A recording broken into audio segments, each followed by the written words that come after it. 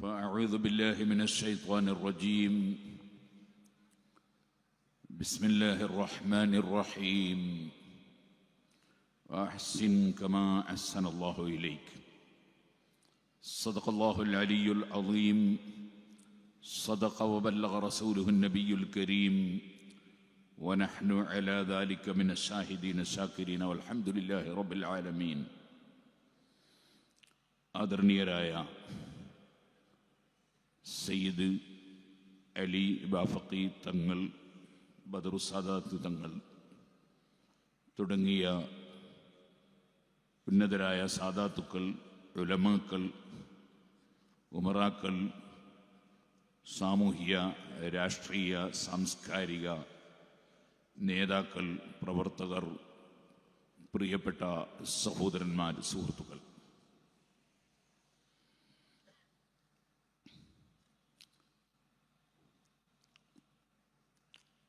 പ്രകൃതി സുന്ദരമായ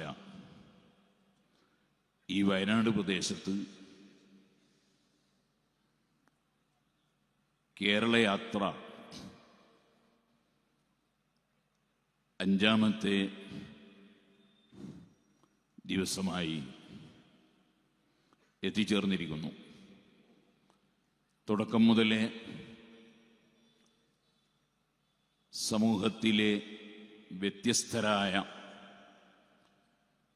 നന്മ ആഗ്രഹിക്കുന്ന എല്ലാ ജനങ്ങളുടെയും പൂർണ്ണമായ സപ്പോർട്ടും സഹകരണവും ഈ കേരളയാത്രക്ക് ലഭ്യമായിട്ടുണ്ട്. ഇനിയും അതുണ്ടാകുമെന്ന് ഞങ്ങൾ വിശ്വസിക്കുന്നു. അതിന് പ്രധാനമായും രണ്ട് കാരണമാണ്. ഒന്ന്, ഈ ജാഥ നയിക്കുന്നത് ലോകമെമ്പാടുമുള്ള ജനങ്ങൾക്ക് മാതൃകാപരമായി മനുഷ്യർക്കൊപ്പം നിന്നുകൊണ്ട് ദശകങ്ങളായി പ്രവർത്തിച്ച് വിജയിപ്പിച്ച് സമാശ്വസിപ്പിച്ച് കാണിച്ചു കൊടുത്ത ഒരു തുല്യതയില്ലാത്ത പണ്ഡിതരാണ് ഇന്ത്യൻ ഗ്രാൻഡ് മുഫ്തി സുൽത്താനുൽ ഉലമ കാന്തപുരം ഉസ്താദ്. അവർ നയിക്കുന്ന ഒരു യാത്രയാണ്. അള്ളാഹു അവിടത്തേക്ക് നീണ്ട ആയുസ്, നല്ല ആരോഗ്യത്തോടെ, തഖ്വയോടെ, ഹിമ്മത്തോടെ നമുക്കും എല്ലാവർക്കും നൽകുമാറാകട്ടെ. രണ്ടാമതായി, ഈ യാത്ര മനുഷ്യർക്കൊപ്പം എന്നതാണ് ഇതിൻ്റെ പ്രമേയം. കേരള മുസ്ലിം ജമാഅത്ത് സമസ്ത കേരള ജമീയത്തുൽ ഉലമയുടെ ബഹുജന ഘടകമാണ്. നമ്മുടെ സംഘടനാ കുടുംബങ്ങളെല്ലാം ഒരേ ചരടിൽ കോർത്തുവെച്ച് പണ്ഡിത സഭയുടെ നിർദ്ദേശങ്ങളും ഉപദേശങ്ങളും അംഗീകരിച്ച് വളരെ സ്തുത്യർഹമായ പ്രവർത്തനങ്ങൾ കാഴ്ചവെച്ചുകൊണ്ടിരിക്കുന്നതിൻ്റെ ഭാഗമാണ് സമസ്ത കേരള ജമീയത്തുൽ ഉലമയുടെ സെന്റിനറിയോടനുബന്ധിച്ച് കേരള മുസ്ലിം ജമാഅത്ത് സംഘടിപ്പിച്ച ഈ മഹത്തായ കേരളയാത്ര. നേരത്തെ ഇവിടെ സൂചിപ്പിക്കപ്പെട്ടതുപോലെ സമസ്ത കേരള ജമീയത്തുൽ ഉലമ രൂപീകൃത കാലത്ത് ഊണും ഉറക്കുമൊഴിഞ്ഞ് എന്താണ് സമസ്തയെന്നും അതെന്തിനാണെന്നും അതെങ്ങനെയാണ് പ്രവർത്തിക്കുന്നതെന്നും എന്താണ് ജനങ്ങളോട് പറയുന്നതെന്നും സമൂഹത്തെ ബോധ്യപ്പെടുത്താൻ വല്ലാതെ പരിശ്രമിക്കുകയും ഒരുപാട് എതിർപ്പുകളെ വളരെ പുഞ്ചിരിയോടെ നേരിട്ട് വിജയം കൈവരിക്കുകയും ചെയ്ത അതിൻ്റെ മുൻകാല പ്രസിഡന്റായിരുന്ന മർഹൂം പാങ്ങിൽ അഹമ്മദ് കുട്ടി മുസ്ലിയാർ നവറുല്ലാഹു മർഖദഹു മഹാനവറുകളുടെ നാമധേയത്തിലാണ് നമ്മുടെ നഗരി. ഈ കേരളയാത്രയുടെ സ്വീകരണകിടങ്ങളിലെല്ലാം പൂർവകാലത്ത് കഴിഞ്ഞുപോയ മഹാപണ്ഡിതന്മാരായിരുന്ന സമസ്ത കേരള ജമിയത്തുൽ ഉലമയിലെ പൂർവകാല പണ്ഡിതന്മാരെ അനുസ്മരിക്കുന്ന നഗരികളിലാണ് സ്വീകരണ സമ്മേളനങ്ങൾ സംഘടിപ്പിച്ചിട്ടുള്ളത്. കാരണം അവരെ മറക്കാൻ ഒരിക്കലും സുന്നി സമൂഹത്തിന് സാധ്യമല്ല. അത് നടപ്പാക്കി കാണിച്ചു കൊടുക്കുകയാണ് സമസ്ത കേരള ജമിയത്തുൽ ഉലമയുടെ കീഴിൽ പ്രവർത്തിക്കുന്ന ഈ മഹത്തായ പ്രസ്ഥാനം. അൽഹംദുലില്ലാ, മനുഷ്യർക്കൊപ്പം എന്നതാണ് നമ്മുടെ പ്രമേയം. മനുഷ്യൻ മറ്റ് ജീവികളിൽ നിന്ന് വ്യത്യസ്തമാണ്. നമുക്കറിയാം, ഈ വയനാട് ജില്ലയിൽ ചില സ്ഥലങ്ങളിൽ വന്യമൃഗങ്ങൾ ഇറങ്ങി മനുഷ്യരെ ആക്രമിക്കുന്നു. മനുഷ്യരാരും ആ ജീവികളെ കാട്ടിൽ പോയി ആക്രമിക്കാറില്ല. ആക്രമിക്കാൻ പാടില്ല എന്ന നിയമവ്യവസ്ഥ മനുഷ്യർ ഇവിടെ ഉണ്ടാക്കി വെച്ചിട്ടുണ്ട്. അതിനെ ഫോളോ ചെയ്യുന്നുണ്ട്. പക്ഷേ മൃഗങ്ങൾക്ക് അങ്ങനെ ഒരു വ്യവസ്ഥയൊന്നും ഇല്ല. കാരണം അവകൾ മൃഗങ്ങളാണ് എന്നത് തന്നെയാണ്. അത് എവിടെയും കയറി ഏത് പ്രവർത്തനവും ഏത് നശീകരണ പ്രവർത്തനവും നടത്തിയെന്ന് വരും. എന്നാൽ ലോകസട്ടാവായ അല്ലാഹുവിൻ്റെ കാരുണ്യത്താൽ വളരെയേറെ വിഷമിച്ചു നിൽക്കുന്ന ഒരു ഘട്ടത്തിൽ പാവപ്പെട്ട ഒരമ്മയെ സംരക്ഷണം നൽകിയ കാട്ടാനയെയും ഈ വയനാട് അനുഭവിച്ചിട്ടുണ്ട്. കാരണം ആനകളും അവൾക്ക് അല്ലാഹു സുബ്ഹാനഹു വ തആല ഹൃദയത്തിൽ കാരുണ്യം നൽകിയാൽ ഏത് ആനയും ഉപകാരം ചെയ്യുന്ന ജീവിയായി മാറും. കാരണം അധികാരം മുഴുവനും ലോകസട്ടാവായ അല്ലാഹുവിനാണ്. അവനാണ് എല്ലാ സൃഷ്ടികളുടെയും മനസ്സുകൾ നിയന്ത്രിക്കുന്നത്. അല്ലാഹുവിലേക്ക് അടുത്തുകൊണ്ട് അവനെ അനുസരിച്ചുകൊണ്ടുള്ള ജീവിത രീതിയാണ് മുസ്ലിങ്ങൾ പിന്തുടരുന്നത്, മുസ്ലിങ്ങൾ പിന്തുടരേണ്ടത്. അതിനുവേണ്ടി അവർക്ക് ഇറക്കപ്പെട്ട സമൂഹത്തിന് മുഴുവനും സന്മാർഗം ലഭ്യമാകാൻ ഇറക്കപ്പെട്ട ഗ്രന്ഥമാണ് പരിശുദ്ധ ഖുർആൻ. ആ ഖുർആൻ പഠിപ്പിക്കുന്ന ആശയം തന്നെ യാ അയ്യുഹന്നാസ്, ഓ മനുഷ്യരെ, ഇന്നാ ഖലഖനാകും മിൻ ദക്കരിൻ വ ഉൻസാ, നിങ്ങളെല്ലാം ഒരേ അച്ഛനമ്മമാരുടെ മക്കളാണ്, ഒരേ മാതാപിതാക്കളുടെ സന്തതികളാണ്. നിങ്ങൾ പരസ്പരം കലഹിക്കേണ്ടവരല്ല, ബഹളം വെക്കേണ്ടവരല്ല, കൊഞ്ഞനം കുത്തേണ്ടവരല്ല, അസൂയ വെക്കേണ്ടവരല്ല, അഹങ്കാരികളും അക്രമികളുമായി പ്രവർത്തിക്കേണ്ടവരല്ല.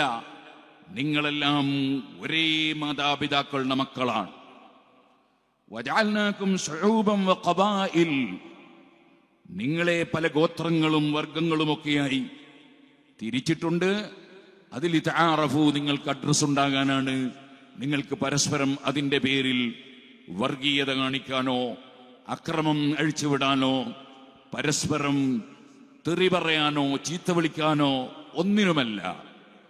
നിങ്ങൾക്ക് പരസ്പരം തിരിച്ചറിയാനാണ്. ഇന്ന അക്രമക്കും ഇൻദല്ലാഹി അത്ഖാക്കും, നിങ്ങളെ സൃഷ്ടിച്ച നിങ്ങളുടെ റബ്ബ്, ആ റബ്ബ് സുബ്ഹാനഹു വ തആല നിങ്ങളെ മാത്രമല്ല സൃഷ്ടിച്ചത്, നിങ്ങൾക്ക് ആവശ്യമുള്ളതെല്ലാം സൃഷ്ടിച്ചു തന്നവനാണ്. വൽ അർള വദഅഹാ ലിൽ അനാം, ഭൂമി മനുഷ്യന് വേണ്ടി സ്ഥാപിച്ചിട്ടുള്ളതാണ്. ഖലഖലകും മാ ഫിൽ അർളി ജമീഅ, ഭൂമിയിലുള്ളത് മുഴുവനും നിങ്ങളുടെ നന്മയ്ക്ക് വേണ്ടി സൃഷ്ടിച്ചിട്ടുള്ളതാണ്. അതുകൊണ്ടാണ് സ്വന്തം കുട്ടി മുല കുടിച്ചുകൊണ്ടിരിക്കുമ്പോൾ അതിൻ്റെ കഴുത്തിൽ കയറിട്ട് കുട്ടിയെ പിടിച്ചു മാറ്റി ജനങ്ങൾ പശുവിനെ കറന്ന് പാലെടുക്കുന്നു. അത് തെറ്റാണെന്ന് ഇന്നുവരെ ഒരു സിദ്ധാന്തക്കാരനും പറഞ്ഞില്ല. ഈ കുട്ടിയെ പിടിച്ചു മാറ്റിയത് തെറ്റാണെന്നോ, ആ പശുവിൻ പാല് കുട്ടി കുടിക്കുമ്പോൾ അതിനെ തടഞ്ഞു വെച്ച് മനുഷ്യൻ കറന്നെടുത്ത് കുടിക്കുകയും വിൽക്കുകയും ഉപയോഗിക്കുകയും ചെയ്ത് തെറ്റാണെന്നോ ഇവിടെ ആരും ഇന്നുവരെ പറഞ്ഞില്ല. എന്തുകൊണ്ട് പറഞ്ഞില്ല? പശുവിനെ സൃഷ്ടിക്കപ്പെട്ടത് മനുഷ്യന് വേണ്ടിയാണ് എന്ന തത്വം എല്ലാവരാലും അംഗീകരിക്കപ്പെട്ടത് കൊണ്ടാണ്. കോഴി മുട്ടയിടുന്നു. ആ കോഴിയുടെ മുട്ടയെടുത്ത് മനുഷ്യർ കൊണ്ടുപോയി കഴിക്കുന്നു. അതിൻ്റെ ഒരു ചെറിയ ഒരു ഭാഗം പോലും കോഴിക്ക് നൽകുന്നില്ല. അതൊരക്രമമാണ്. നിന്നെ വരെ ആരും പറഞ്ഞില്ല. വെള്ളത്തിൽ നന്നായി നീന്തിക്കുളിച്ച് ജീവിക്കുന്ന മത്സ്യത്തെ മനുഷ്യൻ പോയി വലയിട്ട് പിടിച്ചുകൊണ്ടുവരുന്നു. അത് ലോകം മുഴുക്കെ എത്തിക്കുന്നു. മനുഷ്യൻ അത് പലവിധത്തിലും കഴിക്കുന്നു. അതാ മത്സ്യത്തോട് ചെയ്ത അക്രമമാണെന്ന് ആരും ഇന്ന് വരെ പറഞ്ഞില്ല. കാരണം ഖുർആൻ പഠിപ്പിച്ചു, ഖലഖലക്കും അഫിൽ അർളി ജമീഅ. കരയിലും കടലിലുമുള്ള മുഴുവൻ വസ്തുക്കളും, ഭൂമിയിലുള്ളത് മുഴുവനും നിങ്ങളുടെ ഉപകാരത്തിനും നന്മക്കും വേണ്ടി സൃഷ്ടിച്ചതാണ്. അത് മനുഷ്യൻ ഉപയോഗിക്കുന്നത് അക്രമം അല്ല. സുഹൃത്തുക്കളെ, പക്ഷേ ആ മനുഷ്യൻ ഇവിടെ ജീവിക്കുമ്പോ സർവ മനുഷ്യരോടും സൗഹൃദവും സഹകരണവും പ്രകടിപ്പിക്കണം. നേരത്തെ ഇവിടെ നെൽക്കതിർ കൊണ്ടുവന്ന് നൽകുകയുണ്ടായി. ഈ നെൽക്കതിരിൽ നിന്നാണല്ലോ അരി ലഭിക്കുന്നത്. ആ അരി കൊണ്ടാണല്ലോ നാം ഭക്ഷണമുണ്ടാക്കി കഴിക്കുന്നത്. അവിടെ അത് കഴിക്കുമ്പോൾ ചിലപ്പോൾ നമുക്ക് തോന്നും നമ്മൾ വില കൊടുത്ത് വാങ്ങിയ അരിയാണ് എന്ന് തോന്നും. പക്ഷേ അത് വില കൊടുത്ത് വാങ്ങാനുള്ള കടയിൽ എങ്ങനെ എത്തി?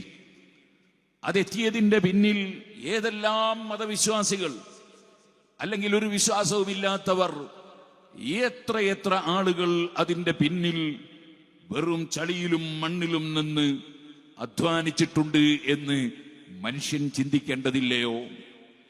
അവിടെ വയൽ പാകപ്പെടുത്താൻ വേണ്ടി ഉപയോഗിച്ച ട്രാക്ടറും അല്ലെങ്കിൽ കരിയും നുകവും അതിവിടെ ലഭിക്കാൻ വേണ്ടി അതിനുപയോഗപ്പെടുത്തിയ ഇരുമ്പ്, ആ ഇരുമ്പ് അത് താനെ ആകാശത്ത് നിന്ന് ഇറങ്ങി വന്നതല്ല.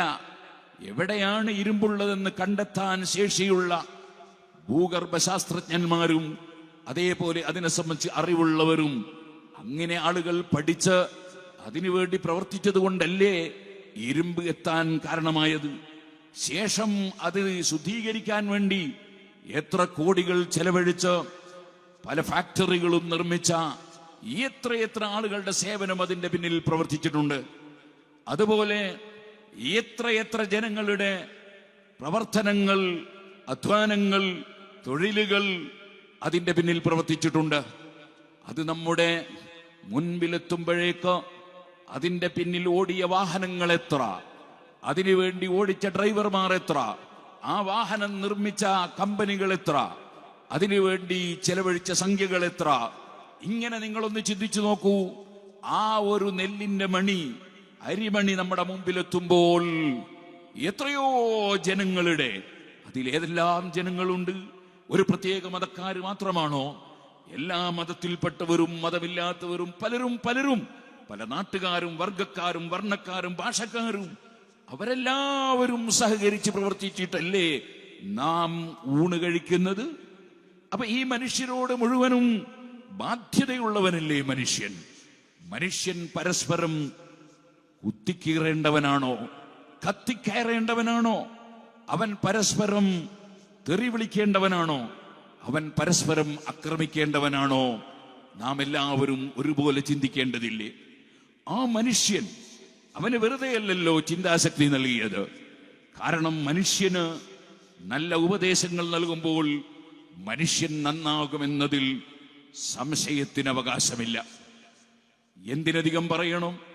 കാട്ടിൽ ജീവിക്കുന്ന കാട്ടാനകളെ, അവകളെ പിടിച്ച് അതിന് നല്ല ഉപദേശ നിർദ്ദേശങ്ങൾ നൽകി അതിനെ മെരുക്കിയെടുത്ത് പഠിപ്പിക്കുമ്പോൾ ആ കാട്ടാന തന്നെയല്ലേ അങ്ങാടിയിലൂടെ അച്ചടക്കത്തോടെ നടന്ന് മറ്റുള്ള ആളുകൾക്ക് ഉപകാരം ചെയ്യുന്ന പ്രവർത്തനങ്ങളിൽ വ്യാപൃതനാവുകയും ചിലപ്പോൾ അതിനെ നോക്കി നടത്തുന്ന ചെറിയ ഒരു പാപ്പാൻ, അദ്ദേഹം ഒരു ദീനേശ് പീടി പോലുള്ള ഒരു മനുഷ്യൻ, ആ ആനക്ക് അതിനെ ഒന്നും പേടിക്കേണ്ടതില്ല.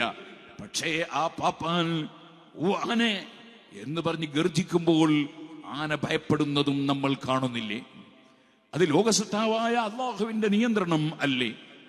ഓ സുഹൃത്തുക്കളെ, ആ കാട്ടാനയെ മെരുക്കിയെടുക്കാൻ കഴിയുമെങ്കിൽ അക്രമപ്രവർത്തനങ്ങളിൽ മുതിരുന്നവർ, അതേപോലെ നല്ല ചിന്തയില്ലാത്തവർ, അവരെ അങ്ങനെ തന്നെ അങ്ങ് വിടുന്നതിന് പകരം അവർക്ക് നല്ല ഉപദേശങ്ങളും നിർദ്ദേശങ്ങളും ആശയങ്ങളും പറഞ്ഞ് എങ്ങനെയാണ് പ്രവർത്തിക്കേണ്ടതെന്ന് അതേ ആന പഠിപ്പിക്കുന്നത് പോലെ അതേ നല്ല സൗഹൃദത്തിന്റെ അന്തരീക്ഷമുണ്ടാക്കാൻ ആവശ്യമായ പ്രവർത്തനങ്ങൾ മാതൃകാപരമായി നമ്മൾ നടത്തുമ്പോൾ സ്വമേധയാ അതിന് വിപരീതമായി ചിന്തിക്കരുന്നവരുടെ മനസ്സും മാറി വരുമെന്നാണ് നമ്മൾ ആലോചിക്കുന്നത്.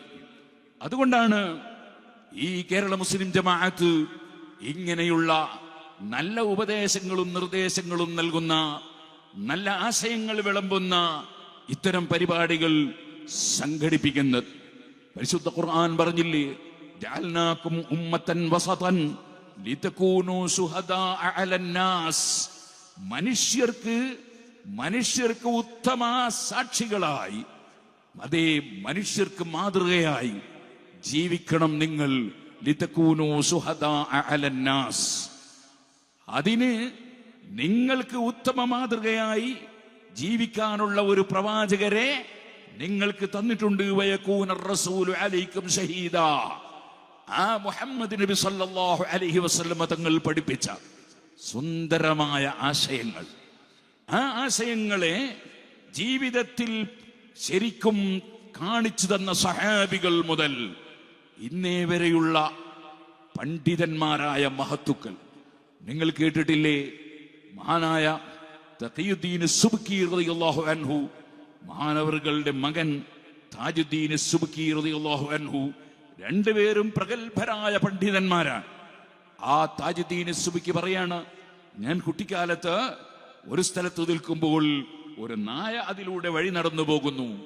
ഞാൻ ആ നായയെ വിളിച്ച് ഞാൻ പറഞ്ഞു, കൽബ് കൽബ്, നായയുടെ മകൻ നായയെ പൊയ്ക്കോടാ എന്ന് പറഞ്ഞു. അങ്ങനെ പറഞ്ഞപ്പോൾ എന്റെ പിതാവ് സമീപത്തുണ്ടായിരുന്നു.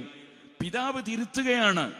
അഹ്ലുസുന്നത്തി വൽ ജമാഅത്തിന്റെ പണ്ഡിതന്മാർ പഴയകാലം മുതലേ അവരുടെ നയം എന്താണെന്ന് മനസ്സിലാക്കാനാണ് ഞാനിത് പറയുന്നത്. പിതാവ് എന്നെ തിരുത്തുന്നു, മോനെ ലാ തഖുൽ ഹഖദാ, അങ്ങനെ പറയല്ലേ. നായയെ സംബന്ധിച്ചു നായയോട് നീ നായയുടെ മകൻ എന്ന് നീ വിളിക്കല്ലേ. ഞാൻ ചോദിച്ചു, അലൈസൽ കൽബു ബിന കൽബിൻ, നായന്റെ കുട്ടി എന്നല്ലേ? ഞാൻ പോത്തിനങ്ങനെ വിളിച്ചിട്ടില്ലല്ലോ, ഞാൻ വേറൊരു ജീവിയെ വിളിച്ചിട്ടില്ലല്ലോ, അത് ശരിയല്ലേ? അപ്പോഴാണ് ബാപ്പയുടെ ഉപദേശം, വശർത്തുൽ ജവാസി അല്ലാ യുഹഖറ, അല്ലെങ്കിൽ അദമു തഹ്തീരിഹി, അത് ഇസ്ലാമികമായി അനുവദനീയമാകണമെങ്കിൽ അതിനെ നിന്ദിക്കുക എന്ന ലക്ഷ്യം ഇല്ലാതിരിക്കണം. നീ ആ നായയെ പറഞ്ഞാൽ മനസ്സിലാകാൻ വേണ്ടി സൺ ഓഫ് കൂട്ടി പറഞ്ഞതാ അല്ലല്ലോ. നീ അതാ നായയെ ഒന്ന് ഇൻസൾട്ടാക്കാൻ വേണ്ടി പറഞ്ഞതല്ലേ. അങ്ങനെ ഒരു നായയെയും ഇൻസൾട്ടാക്കാൻ പറ്റില്ല. കാരണം നായയും അള്ളാഹുവിന്റെ സൃഷ്ടിയാണ്. നിങ്ങൾ കേട്ടിട്ടില്ലേ പരിശുദ്ധ ഖുർആൻ നമ്മൾ എല്ലാ ആഴ്ചയും ഓതാറില്ലേ? വകൽബുഹും ബാസിതുൻ ദിറാഇഹി ബിൽ വസീദ് ലവ ഇത്തലഅത അലൈഹിം ലവല്ലൈത മിൻഹും ഫിറാറൻ വലമുലിത മിൻഹും റഅബാ. ഒരു നായയെ പുകഴ്ത്തി പറയുന്നു ഖുർആൻ.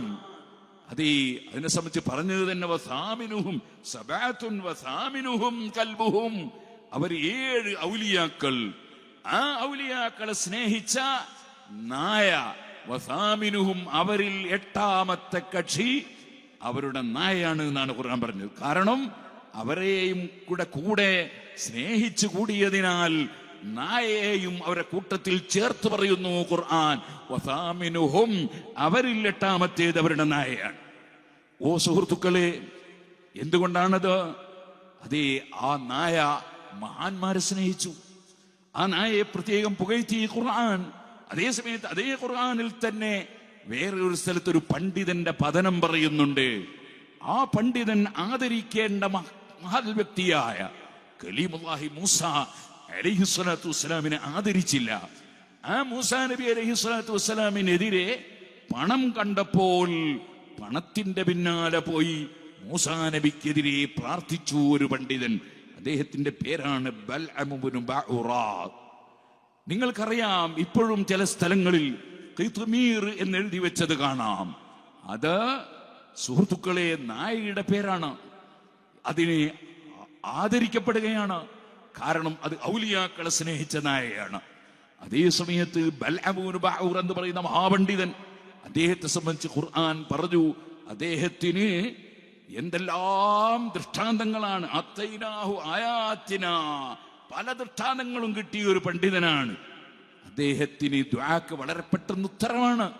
അങ്ങനെയൊക്കെ ഉണ്ടായിരുന്നു. പക്ഷേ മസലുഹു കമസലിൽ കൽബ്, അദ്ദേഹം ഒരു കേവല നായയെ പോലെ അധപ്പതിച്ചുപോയി. കാരണം അദ്ദേഹം സത്യവും അസത്യവും വേർതിരിച്ച് മനസ്സിലാക്കുകയോ ആദരിക്കേണ്ടവരെ ആദരിക്കാൻ സന്നദ്ധരാവുകയോ ചെയ്തില്ല.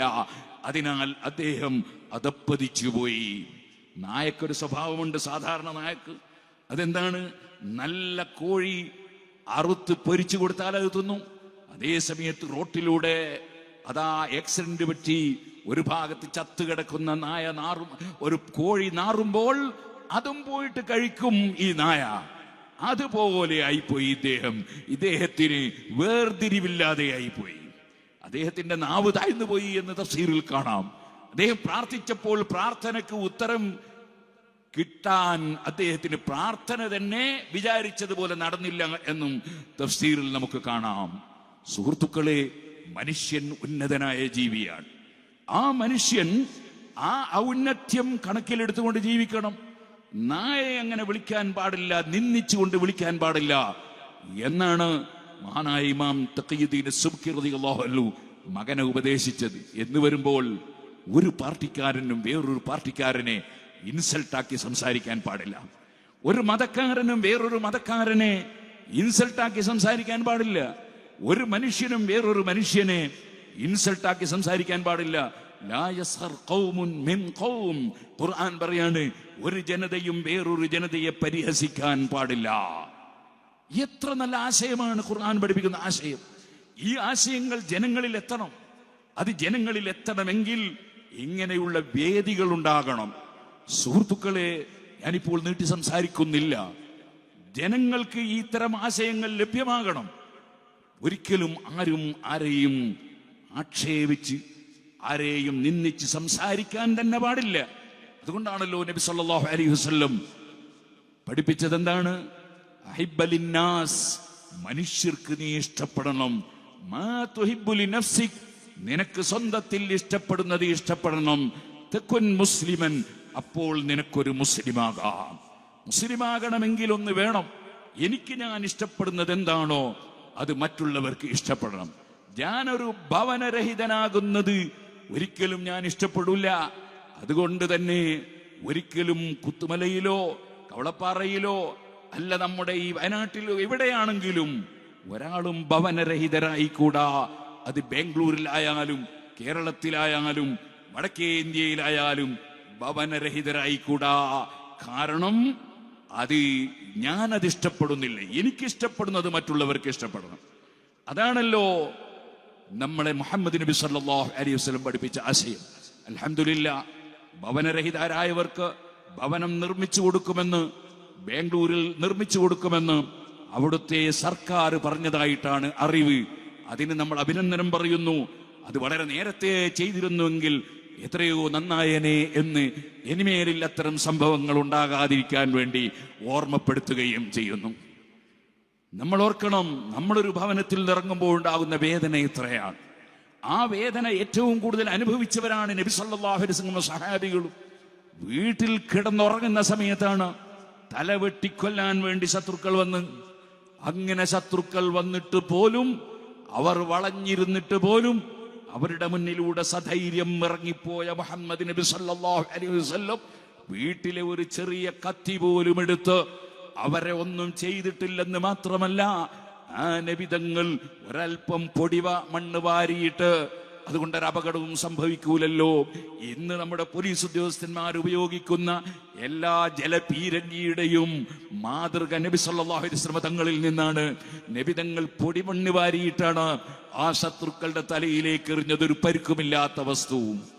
ആ സമയത്ത് അവർ ഉറങ്ങിപ്പോയി, അവർ മയങ്ങിപ്പോയി. അത് അവിടുത്തേക്ക് അല്ലാഹു തആല നൽകിയ വലിയ ആദരവും മുഅ്ജിസത്തുമാണ്.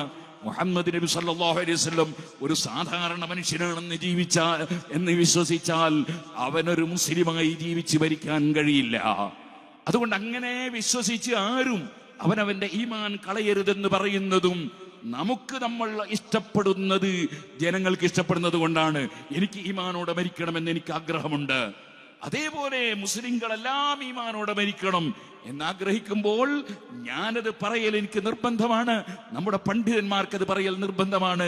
നിങ്ങൾ മുഹമ്മദ് നബി സല്ലല്ലാഹു അലൈഹി വസല്ലം ഒരു സാധാരണ മനുഷ്യരാണെന്ന് വിശ്വസിക്കല്ലേ, വിശ്വസിക്കുന്നവരുടെ കൂടെ ആയി പോകല്ലേ, നിങ്ങൾ ഈമാൻ നഷ്ടപ്പെട്ടു പോകുമെന്ന് പറഞ്ഞു കൊടുക്കൽ, അത് അവനവൻ ഇഷ്ടപ്പെടുന്നത് മറ്റുള്ളവർക്ക് ഇഷ്ടപ്പെടുമ്പോൾ ഉണ്ടാകേണ്ട ഒരു നയമാണ്. ആ നയം എന്നും നിലനിർത്തി പോരുകയാണ് സമസ്ത കേരള ജമിയത്തുൽ ഉലമ ചെയ്തിട്ടുള്ളത്.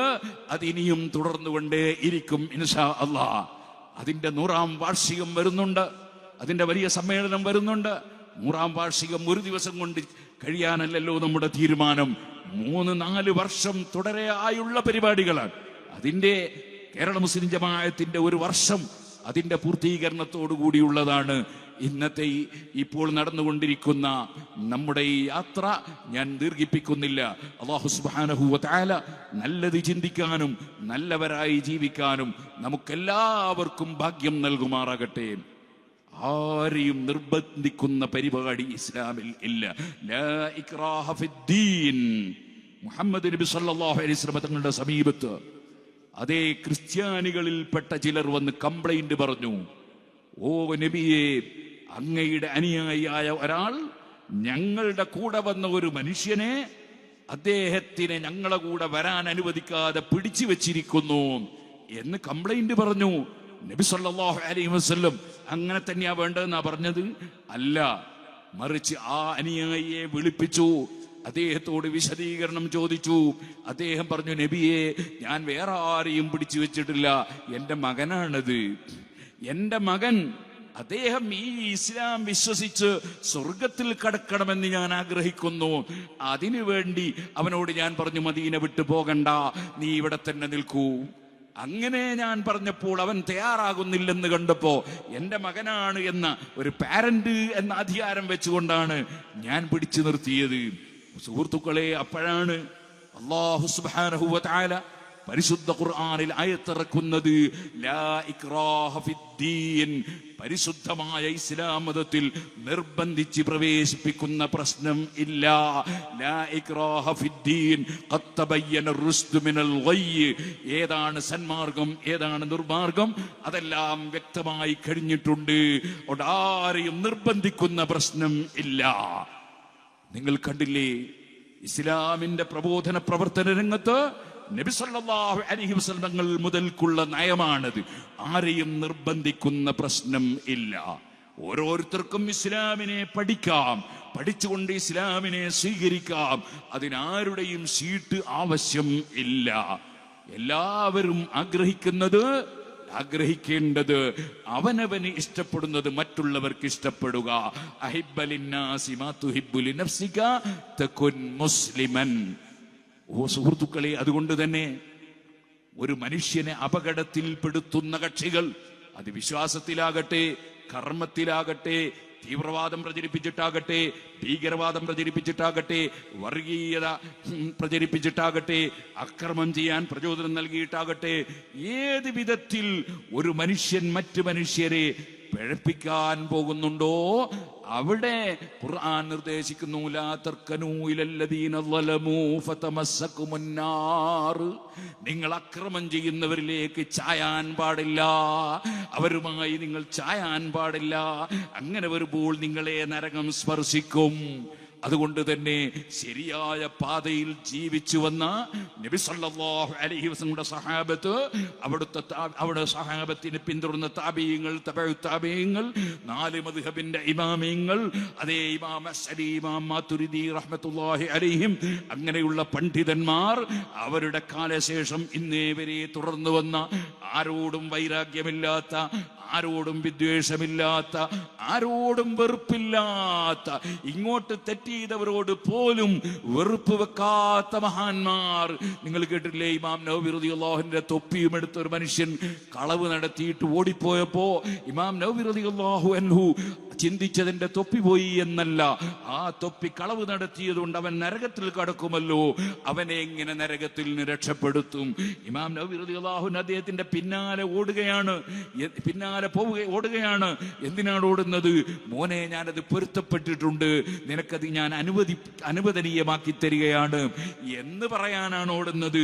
തൊപ്പി പിടിച്ചെടുക്കാനല്ല, അദ്ദേഹത്തെ പോലീസ് സ്റ്റേഷനിൽ കൊണ്ടുപോകാനല്ല. അങ്ങനെ ഓടി വരുന്നത് ശ്രദ്ധയിൽപ്പെട്ടപ്പോ കള്ളൻ കുറച്ചുകൂടി സ്പീഡ് കൂട്ടി പോകാൻ തുടങ്ങി.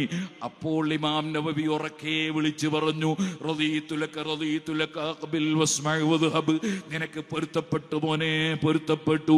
നീ ഇത് ശ്രദ്ധിച്ചിട്ട് ഓടിക്ക മോനെ, നിന്നെ നരകത്തിൽ നിന്ന് രക്ഷപ്പെടുത്തുകയാണ് എന്റെ ലക്ഷ്യം. എന്റെ തൊപ്പി പോയതല്ല പ്രശ്നം. ഓ സുഹൃത്തുക്കളെ, ഇതേപോലെ സുന്നത്ത് ജമാഅത്തിന്റെ പണ്ഡിതന്മാർ അവരാരെന്ത് ആക്ഷേപിച്ചാലും, ആരെന്ത് പറഞ്ഞാലും അവർക്ക് സ്വന്തം എന്ത് നഷ്ടം വരുന്നു എന്നതല്ല അവരുടെ പ്രശ്നം. അവരുടെ പ്രശ്നം അവനവൻ ഈമാനോടെ മരിക്കണം, മറ്റുള്ളവർക്കും ഈമാൻ ലഭിക്കണം, മറ്റുള്ളവർക്കും അത് വിതരണം ചെയ്യണം.